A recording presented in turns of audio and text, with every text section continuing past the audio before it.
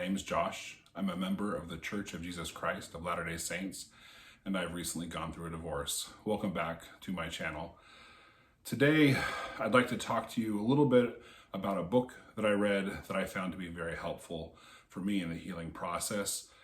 To kind of start off though, reading became a very helpful thing for me throughout the healing process of my divorce and trying to understand things, learn things, and figure things out. Obviously, the scriptures are great and we should always be reading them. General conference talks and other talks that are inspirational should be read as well. I've had a lot of comfort and a lot of solace in those. But as the Doctrine and Covenants says, we are to seek learning from the best books. And so I took recommendations from a whole number of sites or people, and I just want to make on my channel, I'll probably make some recommendations along the way of a variety of books that I've read that have been helpful in many different ways. Today though, I'd like to talk to you specifically about this book right here, The Choice by Dr. Edith Eger.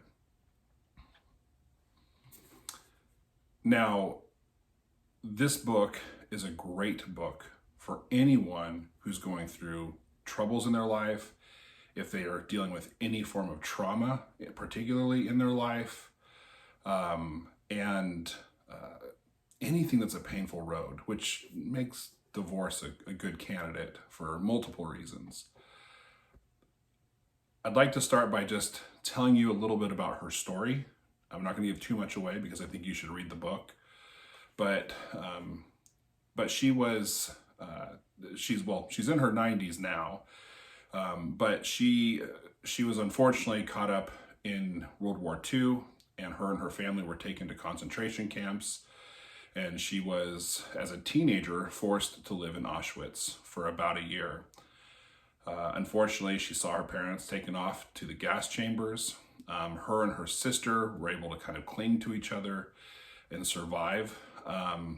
Actually, at one point in time, she was, as I think it was the British that came in, they were going through looking for survivors at Auschwitz, and she had already been thrown into a pile of corpses.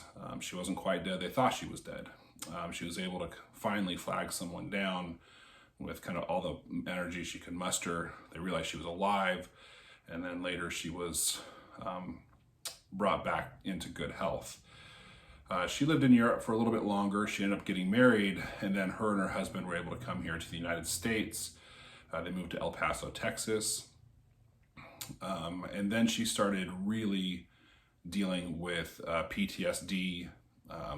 She ended up having a child with her husband, had some really bad survivor's guilt, and a lot of what we would consider now ordinary trauma responses. She ended up reading Viktor Frankl, Man's Search for Meaning, and then actually meeting him and becoming friends with him. In the process of trying to heal herself, she ended up going to school and learning a lot about psychiatry, and then she ended up becoming a PhD psychiatrist herself. She is well known for taking on some of the most difficult trauma cases and helping people get through those. And as far as I know, she's actually still a practicing psychiatrist in her 90s. There's a few quotes in this book that are amazing. There's a lot of quotes in this book that are amazing, really, but there's a few that I found really amazing. One of them was when she had decided to go and to seek to gain her PhD in psychiatry. She was in her 40s. And she was talking to someone about it. It was one of the professors, if I remember right. And she said, "Oh, but by the time I finish this program, I'll be 50. And I guess he looked at her and he said, "Well, you'll be 50 anyways." Which I thought was such a great line to her, right? She realized she's going to be 50 no matter what. She might as well pursue what she wants now. She also, one of the great lines from this book, and this is something that came to her while she was in Auschwitz. And there's a lot of the story that I'm leaving out. But while she was there, One of her great stories was one of her great lines was how she kind of figured out that suffering was universal. And she realized that while she was being victimized, to be a victim was a choice. It was a choice she made to be a victim or to not be a victim while she was being victimized. And it was about a mentality that she could carry with her and that they couldn't take away from her. Now, that didn't mean she didn't deal with severe trauma afterwards and even during it, and severe PTSD and a whole host of other issues after she got out. But her message is so filled with hope, is so filled with a sense of empowerment, and that we have an ability to make a choice for ourselves to heal. And that process is not a difficult one. She walks through that, and she actually talks about cases of individuals that she has worked with and how they work through it. And she's very clear. Sometimes working through trauma and those difficult things in our life that sometimes take us all the way back to our childhood, sometimes it is messy. Sometimes it is ugly, our attempts to try to heal. But in the end, healing is possible, and it's a choice that we can make. You know, one of the things that I found remarkable was many years later in her life, she was asked to go back to Auschwitz by the US military to speak to a bunch of chaplains about how to help soldiers who were struggling with trauma and PTSD and things of that nature. And they held this conference in Auschwitz. And obviously she'd spent some time there.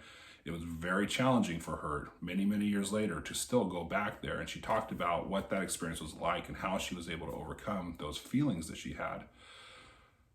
But one of the lessons that she teaches is that she ended up realizing, and this was actually as she was walking out after giving this presentation, was that in the end, she was not a prisoner.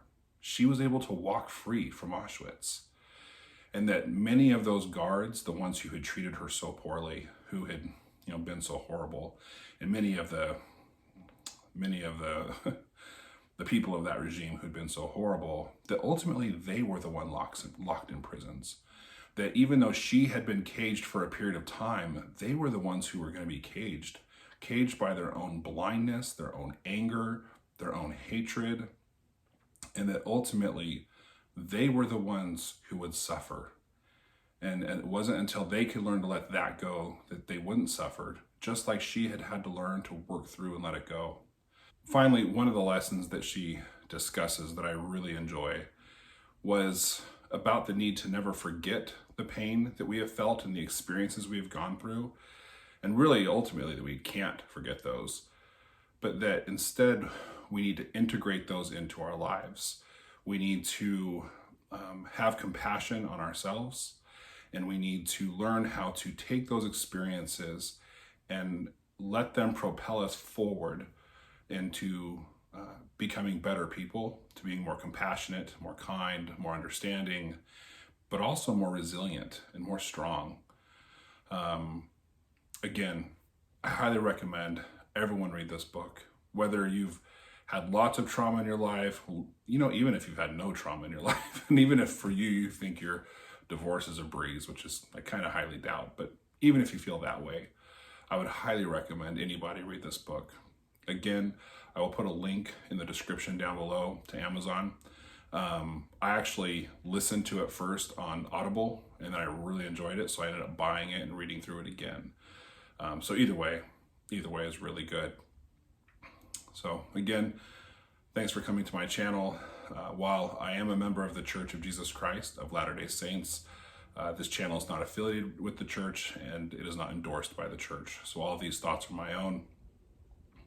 Finally, I'm not a counselor or a therapist, so take all my advice with a grain of salt. I'm just somebody who's been through a divorce and has learned a few lessons and is trying to share those with whoever they could help. Thanks.